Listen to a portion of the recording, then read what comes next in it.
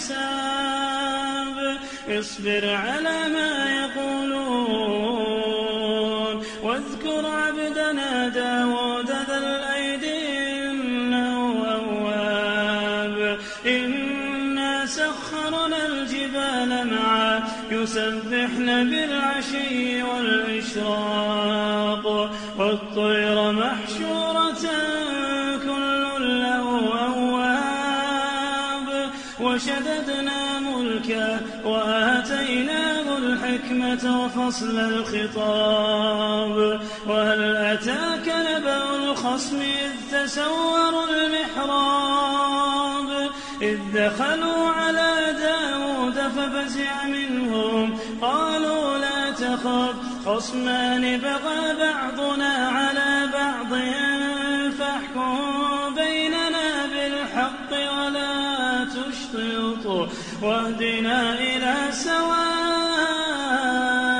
الصراط إن هذا أخي له 99 نعجة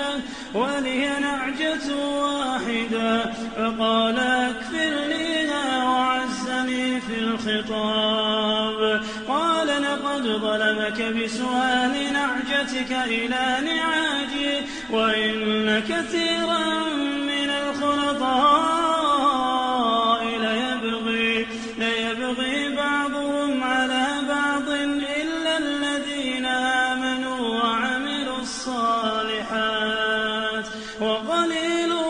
ما هم وظن داود أنما فتناه فاستغفر ربه وخر راكعا وأناب فغفرنا له ذلك وإن له عندنا لزلفى وحسن مآب يا داود